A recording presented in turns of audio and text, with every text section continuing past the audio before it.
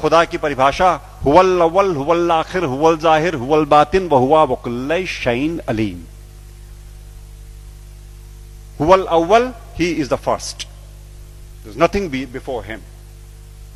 हुवल अव्वल, हुवल आखिर, उसके बाद कुछ नहीं होगा।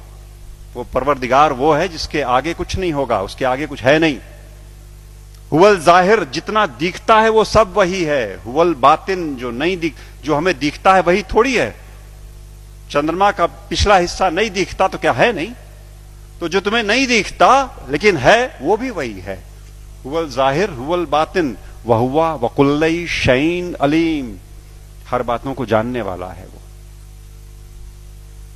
और क्या कहते हैं वेद, क्या कहते हैं? शिव सहस्त्र नाम में भगवान शंकर के 1000 नाम हैं। अनाद्यंतः व्यक्ता व्यक्तः बहुश्रुतः। अनाद्यंतः, जिसका आदि नहीं, जिसका अंत नहीं। अनाद्यंतः व्यक्ता व्यक्तः, जो व्यक्त है वो सारा वही, जो अव्यक्त है वो वही। बहुश्रुतः, सर्वज्ञ, सब कुछ जानने वाला, कॉन्शियसनेस का सोर्स है ना वो, इसलिए सब कुछ जानने वाला वही परमात्मा, वही परवरदिगार। और Bible, I am the alpha and the omega, I am the alpha and the omega, I am the first and the last. किससे लड़ रहे हो और क्यों लड़ रहे हैं?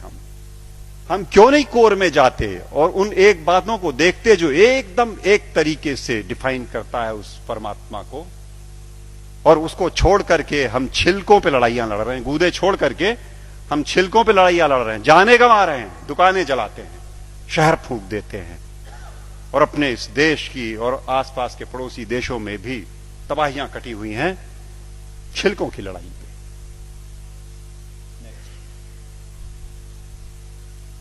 सूफी फकीर कहता है अन अल हक, ट्रांसलेटेड इट मीन्स अहम ब्रह्मास्मि, आई एम द सेम।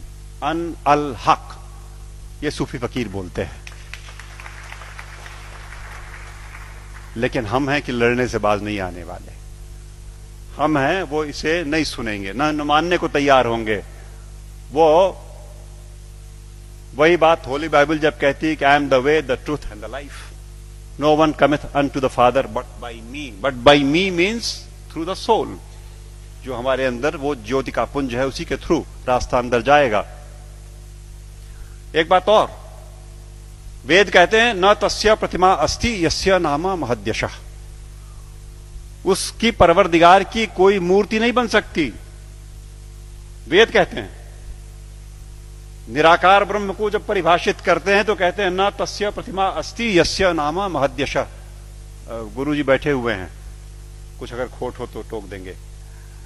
वो जो मूर्ति पूजन गलत नहीं है, अपने हिसाब से उन्होंने कहा वो इनिशियल स्टेजेस में आपके लिए ठीक है, करो आप, भाव आपने वहां प्रतिष्ठा की, आपको परिणाम देगा। लेकिन सच मायने में जो निराकार पर ब्रह्म है उसकी मूर्ति वूर्ति नहीं बननी। तो बातें फिर वही सारी की सारी, जहां एका है वो देखेंगे नहीं, जहां झगड़ा है वहां बैठे हुए हैं, वहां हथियार निकाल लिए हैं। नेक्स्ट, सच बात तो यह है कि आज की दिक्कत यह है कि ये अधर्म जो है ये धर्म के रूप में चला आया है। समस्या ये हो गई, जो नहीं करने लायक बातें हैं उन्हें हम मानते हैं कि ये धार्मिक है। सती प्रथा थी कभी इसी देश में ना, 6 साल की बच्ची का ब्याह कर दिया, उसे शादी पता नहीं, गुड़िया गुड्डी खेलती हुई, और वो बैठी और मिठाई खा करके बीवी बन गई, पत्नी हो गई। और बगल के गांव का लड़का 8 साल का किसी बीमारी में चला गया, अब ये सती हो गई।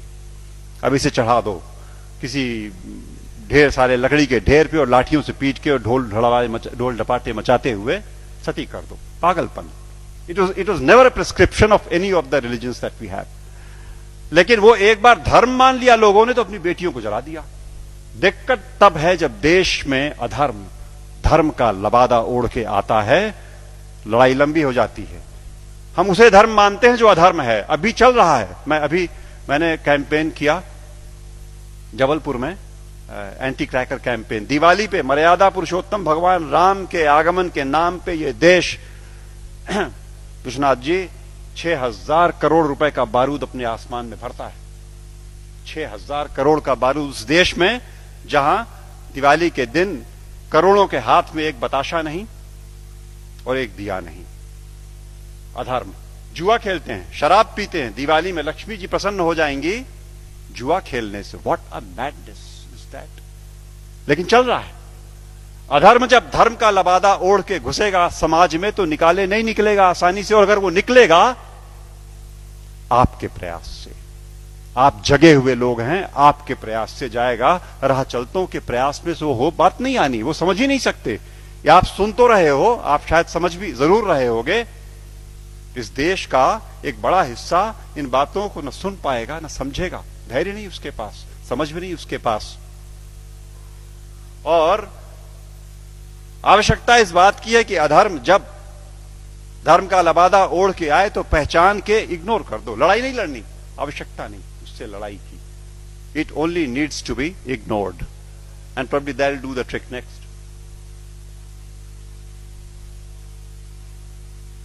सच बात तो यह है कि हम, जैसा मैं कह रहा था, कि हम छिलकों की लड़ाई में लगे हुए हैं, गूदे की ओर ध्यान नहीं दे रहे। और मेरे घर पे मैं शाम को आसपास के मोहल्ले के गरीब बच्चों को पढ़ाता हूं, थोड़े से। उन्हें रोज एक टॉफी एक बच्चे को देता हूं, उनको इनकरेज करने को कि वो आए। और वो अब जाके थमा है कुछ दिनों पहले, वरना रोज का झगड़ा था। एक टॉफी लाल रैपर में, हरे रैपर में, पर्पल रैपर में। ओ मुझे लाल चाहिए सर, मुझे हरी वाली चाहिए। लड़ने पे आमादा आपस में।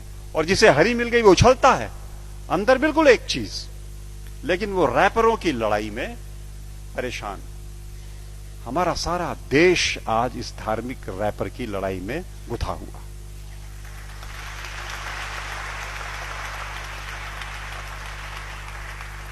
और यकीन मानो आपकी वो परवरदिगार ऊपर से देखता होगा तो बड़ा हंसता होगा। ये मनुष्य मेरा इंटीग्रिटी और मेरा कंपैशन लेकर के पृथ्वी पर मेरे नुमाइंदे बन करके इन रैपर्स में उलझे हुए लड़ रहे हैं। और ये मेरे घर की छत के बच्चे तो चलो खाली आवाज कशी करते हैं, यहां तो चाकू लगा देते पेट में, यहां तो जान मार देंगे, दुकानें जला देंगे, शहर लूट लेंगे। उन रैपर्स की लड़ाई में कब तक चलेगा मित्रों? सच बात तो यह है, मैं हल्का महसूस कर रहा हूं आज आपके बीच में ये बातें कह करके। मैंने ये बोझ उतार करके आपके कंधे पे डाला। आज मैं अकेला था ये बात बोलने को। आज के बाद आप सबके ऊपर ये जिम्मेदारी है कि आप एक बार रुको, ठहरो, सोचो, जागरूक हो और जागरूक करो औरों को, वरना ये देश की तबाही ऐसे ही चलती रहेगी। नेक्स्ट।